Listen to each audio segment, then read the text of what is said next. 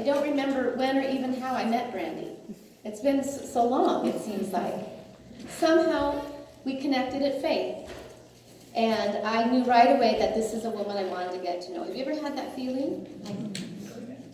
I want to get to know her. So we went to lunch. And lunch led to another lunch, and another lunch, and another lunch. And here we are several years down the road. What I do know about her, she's not only a licensed mental health counselor who has a private practice in Pasco. I know that she has a great passion for women and for families, that they would experience wholeness in their life. This is what drives her. And I would sit across the table from her and just absorb everything she had to say. And I just knew it was a good place. There's just those kind of people where you just, they're life-giving to you. You are kindred spirits together, and Brandy is one of those to me. So I know you're in for a treat this morning. So Brandy, would you welcome her as she comes up?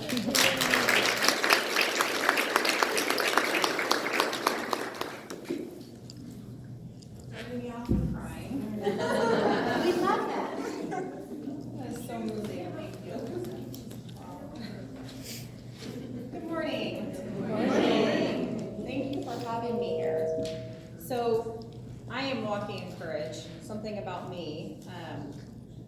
I have a little part of me that's like, why are you doing this to yourself again? Why?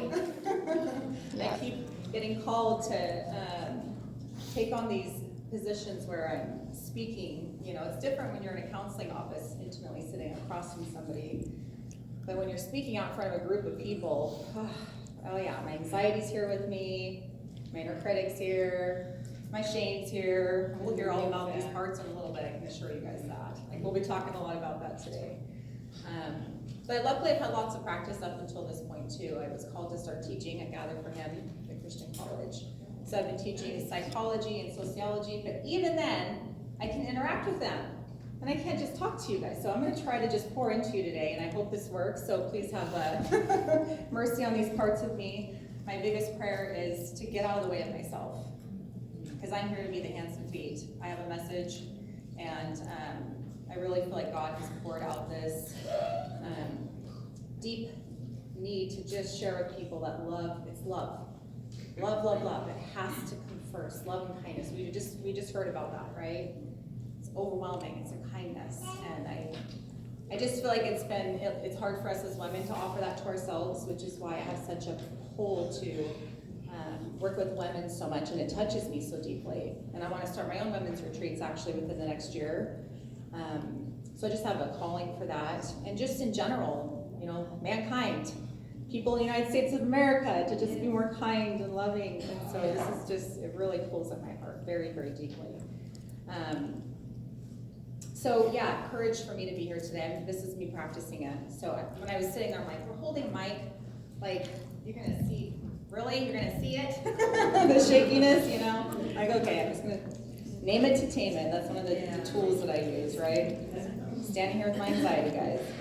And you know, here's the other thing I was thinking about too, is how much courage it takes for you guys to just show up here today. Yeah. You know, some of my clients help remind me of that. It's moving. It's scary to be here. It's scary to say, I'm gonna do something for me and I'm important in that way. Right? Sometimes it evokes shame and guilt. Sometimes there's parts of us that tell us, my family can't do this without me, what are they gonna do? Right? I think they're surviving probably, right? And the other thing too is you're taking time to be alone with yourself. We don't do that enough. We don't do that enough. And I truly believe that even as a society in whole, we have such an addiction to busy, right? Because it just keeps us so distracted from hanging out with ourselves. And the more we do, the more we come to love ourselves though. So that's what we're gonna be talking a lot about today. And the other thing too is, you know, when you're hanging out amongst women, some of you may not even know each other very well. Even though I attend Faith, I'm gonna be honest with you, I'm one of the people that kind of, at the end, like, I don't always hang out, and it's, you know, not for any specific reason. I do have a busy life too, but see, there it is again. But interacting with each other here can be hard. The fear of being, like, not belonging, the fear of being rejected, Those are all very real things, and we are social beings. Those things are so painful, right? Yeah. So, kudos to you guys for being here too. So, what is courage, right? I'll go to the dictionary. I'll start there. And I'm also going to go to hearing my therapist. Yes, I have a therapist. I've had a few over the years.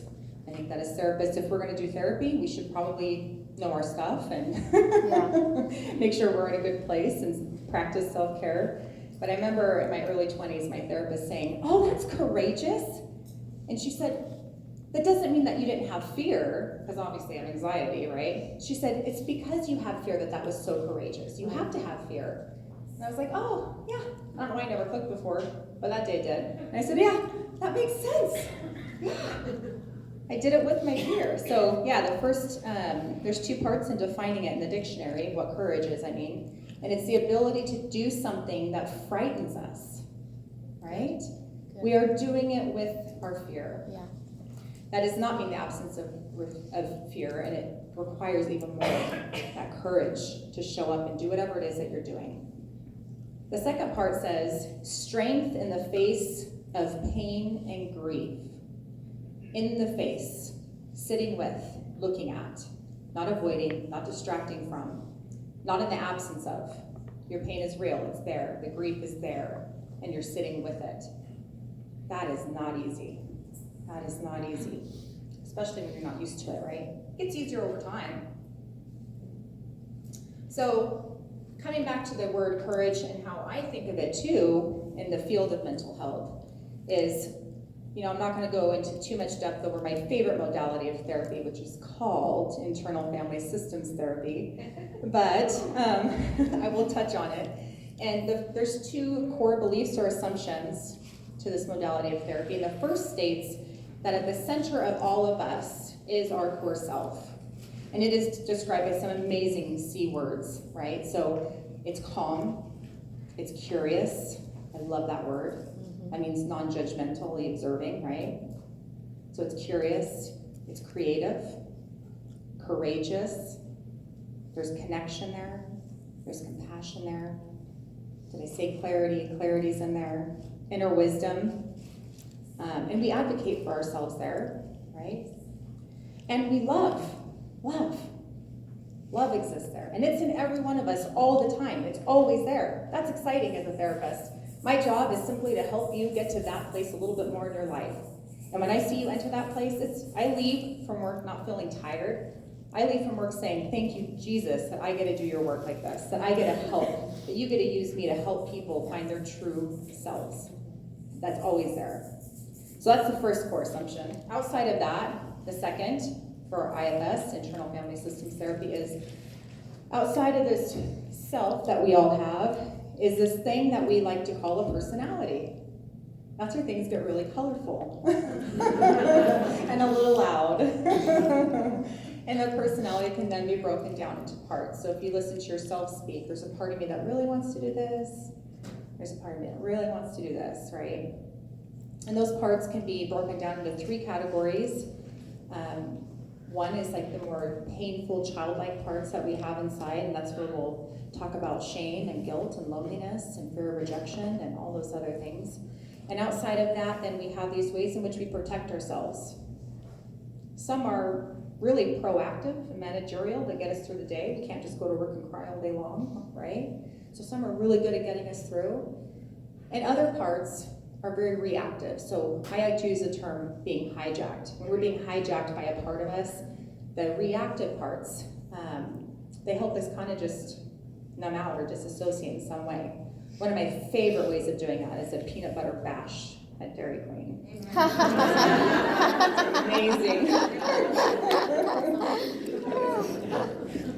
So again, it's not that we're that it's not there. And we all have these parts. I work in people's systems every day. We all have them, every one of us. So it's a matter of being able to identify what is getting in the way of me living that courage-led or compassionate-led life, right? That's what it's about. Because then we can kind of back away, like a sun behind the clouds, and say, okay, it's in here. It is in here. And that's what I'm doing. I have my clouds here today. Guarantee it. I'm standing here with clouds, although all parts are good. But that's what that means. So just want to lead in a little bit with that. Forgive my notes. If I didn't have these, I would be off on many, many, many tangents. So today I really want you guys to walk away from hearing the importance of self-love and self-compassion. As women, we always hear about, right, how great it is to care for other people, and to pour into others, and to love others, and to care give. But today I want us to focus on ourselves and why that's so important. So, two particular parts of us that I want you guys to hear about today is our inner critic and our shame. Okay? There's a difference between shame and guilt, right? So guilt will look at your behavior. So if any of you guys get speeding tickets, don't get speeding tickets on the way home. Your guilt would say, that wasn't a good decision. I shouldn't have done that, right? Your shame would say, gosh, I'm an idiot. I did it again. Do you hear the label? Mm-hmm. Yeah. So shame, here's the language of shame. I really want you to get to know shame today. And most people don't like that I like you to get to know your shame. Because our shame likes to stay hidden, right? It likes to keep those secrets and stay in the dark a little bit. Shame says, I'm not enough. Shame says, I'm too much. When we have those needs, right? Oh, it must be too much. It says, what if people don't like me? What if people judge me? Right? What if I fail? Scary things for shame. And shame drives disconnection. Shame wants us to isolate. And when we do that, when we listen to that story of that part and we isolate, now we're in our own echo chamber, aren't we? And so we're believing it more. So we're getting more anxious, and we're getting more depressed, and so we isolate more, and it becomes this negative feedback loop. So I'm going to push today for a lot of self-compassion and learning to listen for that shame, being able to identify when it's coming up, how it feels in our body. I want to encourage that. And also identify a little bit about what that critic is, because they come hand in hand, right? The critic's like the one pointing, like, what are you doing, right? When you go to the gym, for example, like if you were to walk in, which this doesn't motivate us, right? Going to the gym. Yeah, right. Me too. We were just talking about this. Like, I went to the gym in like a month and a half or 2 months. And before that, it really was just sparse, I'm gonna be honest. So, but if you can imagine walking into the gym and going up to your personal trainer and saying, so scale's not gonna look good this week. Down that box of Oreos, right? And they're like, no, let's just hop on the scale. So you get on the scale and you clearly gain weight, right? If they said to you, what were you thinking? We talked about the no Oreo rule. Get in there and work that off now. Don't do it again. How would you feel? You're fired. Yeah. Fired? Fired.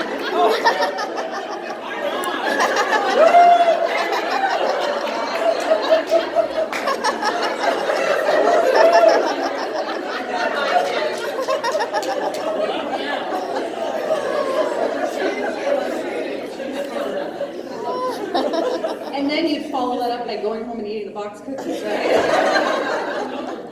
That's right. So as you can see, it doesn't motivate us, right? No, it don't help at all. Because, I don't know, I think that would be the mild side. I think in truth, I feel like cussing them out. Like what? Cussing them I out. feel like cussing Oh, them yes, yes.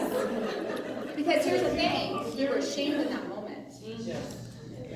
And I'm not going to talk about all the parts that come up in our system, although I really want to know. I'm holding back here. But shame has a good friend named blame and anger. Yeah. And so when we're in that place, you want to cuss them out. You do. And that's okay. It's okay to feel that way. Doesn't mean it's okay to cuss them out, right? Our behaviors that come with the emotions are not always okay. But the emotions are okay. So yeah, that doesn't motivate you. As a matter of fact, it's counterproductive. It makes you want to go home and not try anymore. So now I want you to imagine what it's like to go to the gym and same scenario, except your personal trainer looks at you and says, "You ate a box of cookies and you still came in today? Go you. Go you.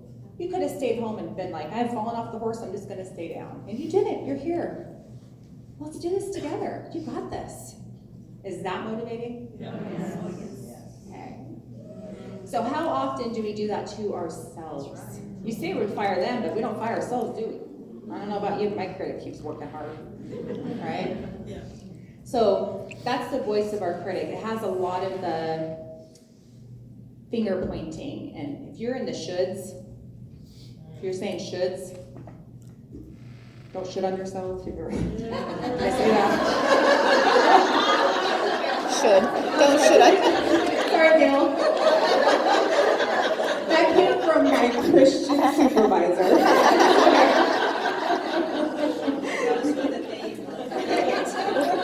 We're talking about outhouses. But the critic isn't bad, though, right? So I want you to hear that too. The critic isn't bad. There is a good intention with our inner critic. You know what it is? It's trying to motivate us. It doesn't want us to fail. It's trying to prevent us from feeling shame, actually. It's saying, no, don't go eat the cookies. Last time you felt bad and you were sad for 2 days. Don't do that this time, right? But sometimes it's just not nice about it. So if we could catch that voice and make it into our cheerleader, our inner champion, right? Then we can find better motivation. It could do its job better. It would actually be more successful. So, other ways in which our shame can show up is also, sometimes people think it's trying to live up in some way, and that's not always true either. Sometimes it's living down. My level 2 training that I went to over in Washington, D.C., we spent 2 weeks, and I walked in with it was doing IFS for couples. And when we go to our IFS trainings, it's not PowerPoint. It's a bunch of therapists sitting in a room crying, doing their work. And we're practicing it firsthand. And when we went to level 2, Tony Irvine Blank, who's like the mother of IFS for therapy, and that program, by the way, this couples work is called Intimacy from the Inside Out. Isn't that good? That's what we're talking about today.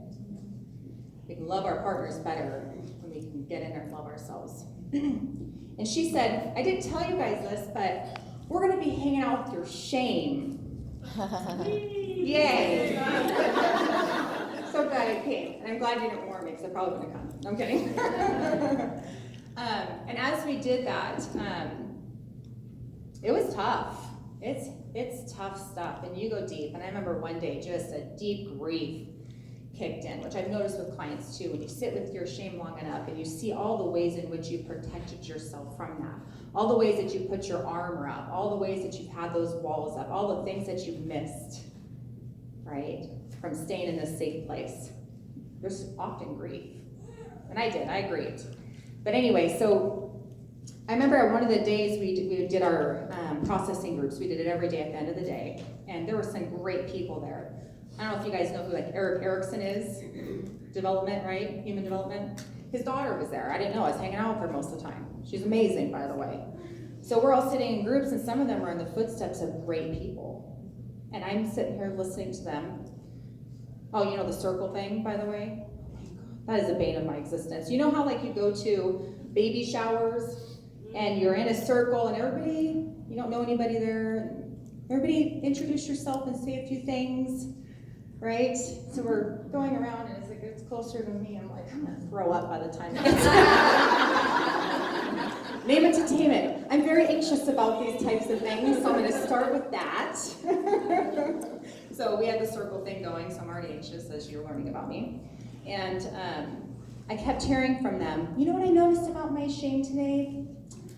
My shame says, I want to live up more, which makes sense, right? I mean, their parents are great people, and professors and educators and all these major people, writers, and I didn't relate at all, actually.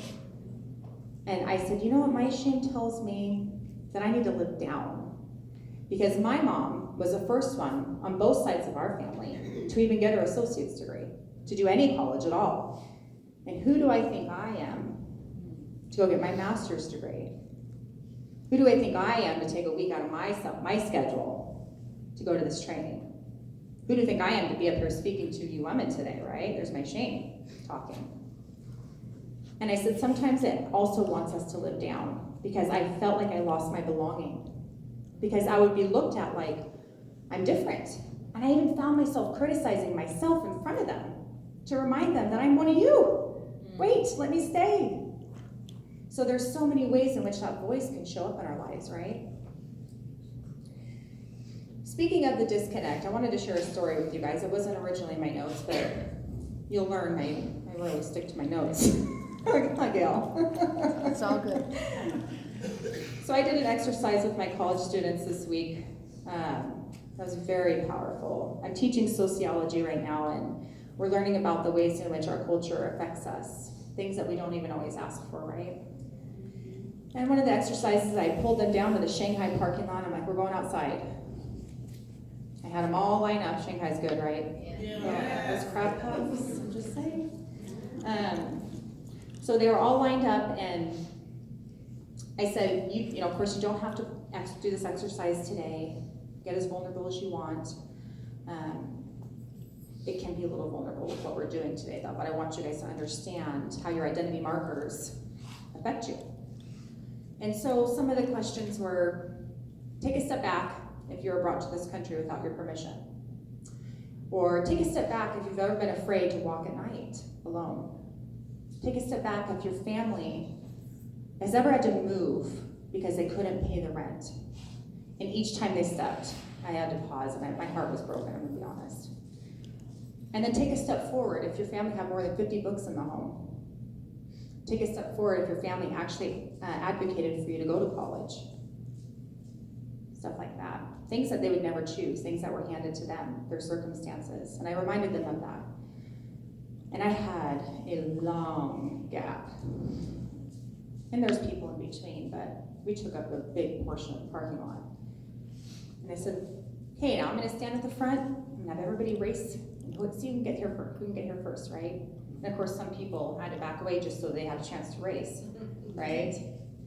And I said, you just achieved the American dream. Good job. And then we sat and processed that for 2 days because a lot came up. I had students that were tearful, some full on crying. And when we were processing, I had kids in the front saying, I couldn't even look back. I've had everything handed to me my whole life. And I feel ashamed for that. And then I had people in the very back that said, I feel outed back here. I feel like I didn't even want to run to the front. What's the point? I'm not going to win. I feel shamed back here. And I had people in the middle. One gal in particular, which really touched me, and she said, I feel like because I'm lighter than the people in the back, even though I'm Hispanic too, I'm here and they're there. And that's my family back there. My brother, my sister at home, they're treated differently.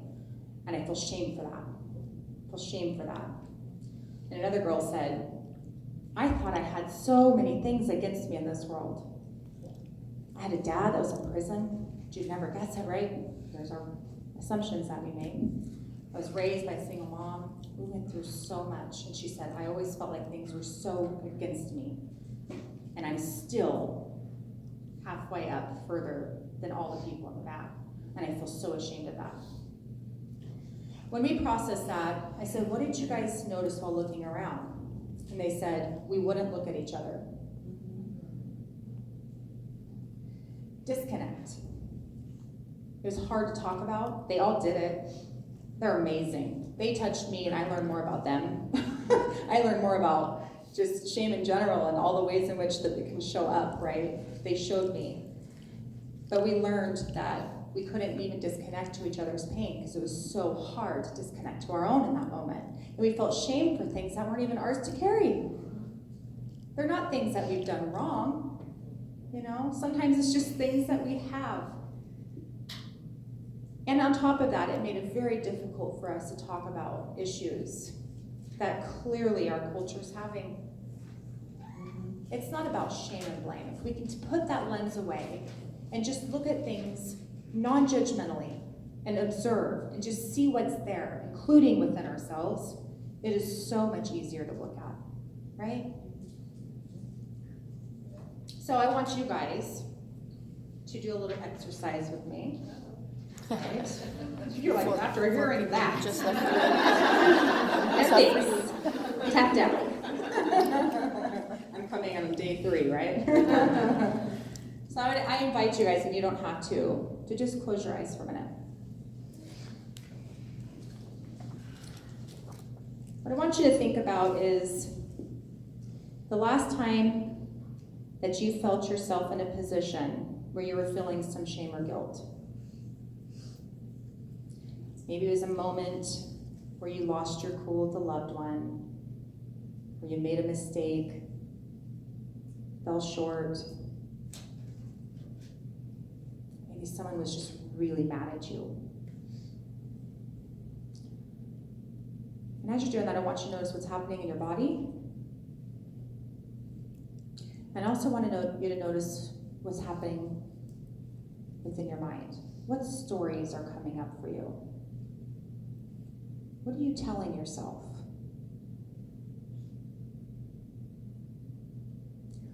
You might be noticing in there that voice, the inner critic, and the voice of the part that's carrying your shame. Go ahead and keep your eyes closed for a minute longer. Now I want you to imagine one of your dear friends approaching you who's experiencing this same thing that you're going through. And she's bringing this, or he is bringing this story to you now. What do you say to them? How do you feel toward them?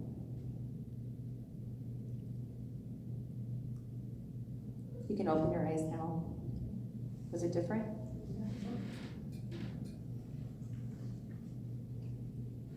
It is so hard, isn't it, at times, to be so nice to ourselves like we are to others. It's an inside-out process. And it is okay to stop and love yourself. As a matter of fact, it makes us better people, and it makes us better friends, and it makes us better mothers, and it makes us better daughters.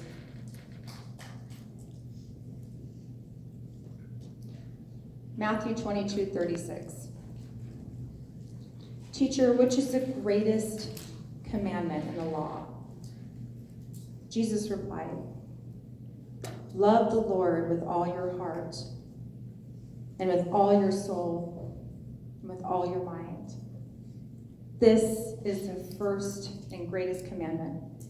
And the second is like it. Love your neighbor as yourself. We're so good at loving each other at times, well, not always, but right?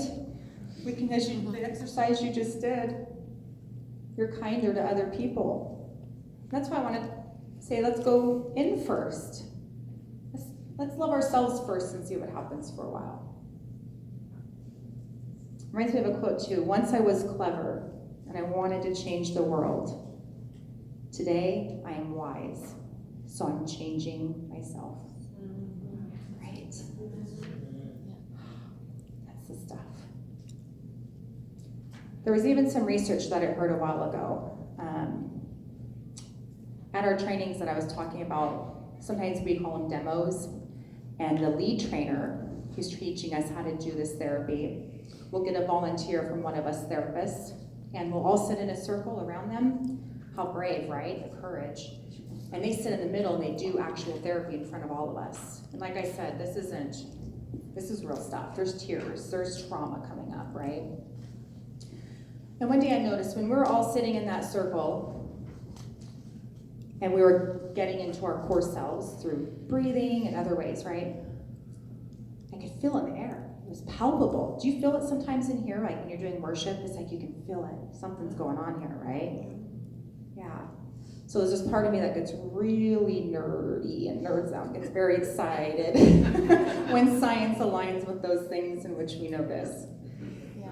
And not long after that, I read this article where they said, when we are in a state of gratitude, the electromagnetic, which is in self, I would say, the electromagnetic waves released from us extends out 6 feet. 6 feet, and they're smooth waves, right? When we're in our headspace, where a lot of those stories happen, right? The waves are jagged and it doesn't extend out very far at all. So literally, when we take time to go within and be with ourselves and be kind to ourselves, there's a 6-foot radius of happy electromagnetic waves that people can bask in just for doing that. So imagine what your own emotions are experiencing that's within that range. These parts of us that are so close, our own shame, our own perfectionism, our own people pleaser, all those parts. You know, the parts that fear rejection, the parts that feel lonely and alone, they're all basking in that too. So that is a gift that we give to not just ourselves, but to others as well. So again, if shame drives disconnection, self-compassion is its antidote. How do we get there though? What are the tools in which we use, right? Trying to watch the time too. These tools that we can use take courage. They're not comfortable in the beginning. One is, again, catching that inner critic. I kind of mentioned that already. Turning it into our inner champion. That means we have to pay attention to ourselves a little bit too, right? Yeah, listen. We have to learn to listen to ourselves. So, remember we talked about the shoulds? I should go to the gym this week. Replace that with, I would like to. Those words make a difference. I believe in the power of words. I really do. I would like to go to the gym this week. Even just try something not a little in the beginning. And you don't have to do all these things at once, right? Just choose a couple things and just start seeing what happens, doing a little experiments. Be still. What? Who has time for that? I'm a single mom, and I teach and have my practice, and we have baseball 3 nights a week, and I have not done yoga in like the last 2 weeks, and I am feeling it. I was just talking to Beth about that. I'm like, I am feeling it. I'm not self-caring very well right now. I would like to do yoga today. When we're being still, we have to hang out with ourselves, as I said. We don't always like what we hear at first. And sometimes these protection mechanisms, they say, well, if we go there, we're never going to get out. If we go to that dark place, all these bad things are going to happen. Yeah. And that's normal. A lot of my clients start our work with that. Start there. You don't have to go to the darkness right away. Just start there. Oh, get curious. There's a part of me that's afraid that I could get stuck in a bad place. I'm just going to hang out with that for a little bit. I'm going to walk that for a little bit. And as these parts start to feel like we're getting them and that we're connecting and we're practicing this more often, it'll begin to relax back and you'll notice the more vulnerable parts of us begin to emerge. It's almost like their way of saying, all right, I've been protecting this little kid back here for a long time, but I can see that you're showing up and doing something good here, so I'll let you hang out with them now. Does that make sense? So when the critic sees, when we're first talking to the critic and we're like, listen, we're going to try something new. Science actually backs it. It's true. It's true, it does. Like behavior modification. Positive reinforcement takes us way further than any negativity or punishment. That's just science, right? So maybe that part's going to try it out for all and say, okay, we'll see where our weight's at in a month. We'll give it a try. Guarantee you it's going to work, right? I've had weight loss problems my entire life. It's never been an easy thing for me genetically. It is just, some people can just eat and eat. My dad's one of them. I did not get his genes. He can eat and eat and eat, not gain a pound, and I look at a cookie and I'm like, just smelling it makes me gain a little. It's not right. But when I learned to love myself, somehow this clicked for me in my early 20s, and I don't remember the moment, to be honest with you, but something clicked in me and I realized I think is actually, that's where it's suddenly coming to me. It's funny how that happens. You just sit with it. I was loving myself by going back to school and getting courageous again. That's what it was. I was reading books about, because I have a passion for women, about self-love. And when I entered that space, I noticed my weight was falling off. I noticed I was loving myself behaviorally, not beating myself up to the gym, but saying, it feels good to be at the gym today. Or it feels good to go for a walk. It feels good to my body to eat this banana instead of this peanut butter bash, right? So being with yourself and getting curious. Getting curious. Curious means non-judgmental observation. Curious is when the students were brave enough to step up and say, I noticed that some of the kids in the front who happened to be white were having a hard time looking at us. So we had a hard time. Is it okay to say that? Is it okay to say that? And I said, yeah. Is it okay to say that? Because we all acknowledge that this isn't about shame and guilt here today. This isn't about blaming each other. This is about calling a thing so that we can look at it and do something about it. Does that make sense? That's within ourselves too. Get curious. I notice if there's a part of me that gets really angry when I'm cut off driving. Me too. Me too. Seriously. Like that's one of the things that comes out. Seriously.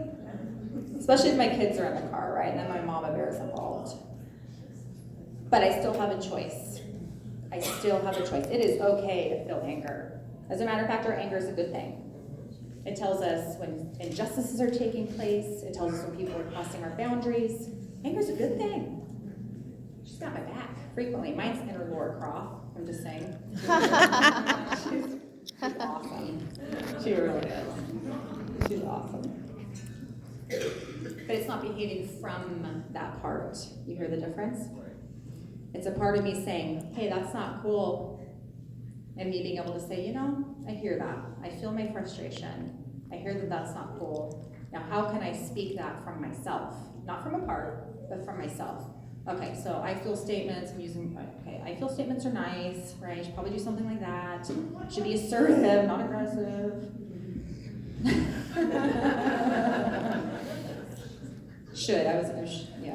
I would like to be assertive. See how I'm doing it. I do this every day, and I still do it. I teach it every day. Another thing is, when you spend time with people and you get to know them, like I'm proposing that you do with these parts of yourself,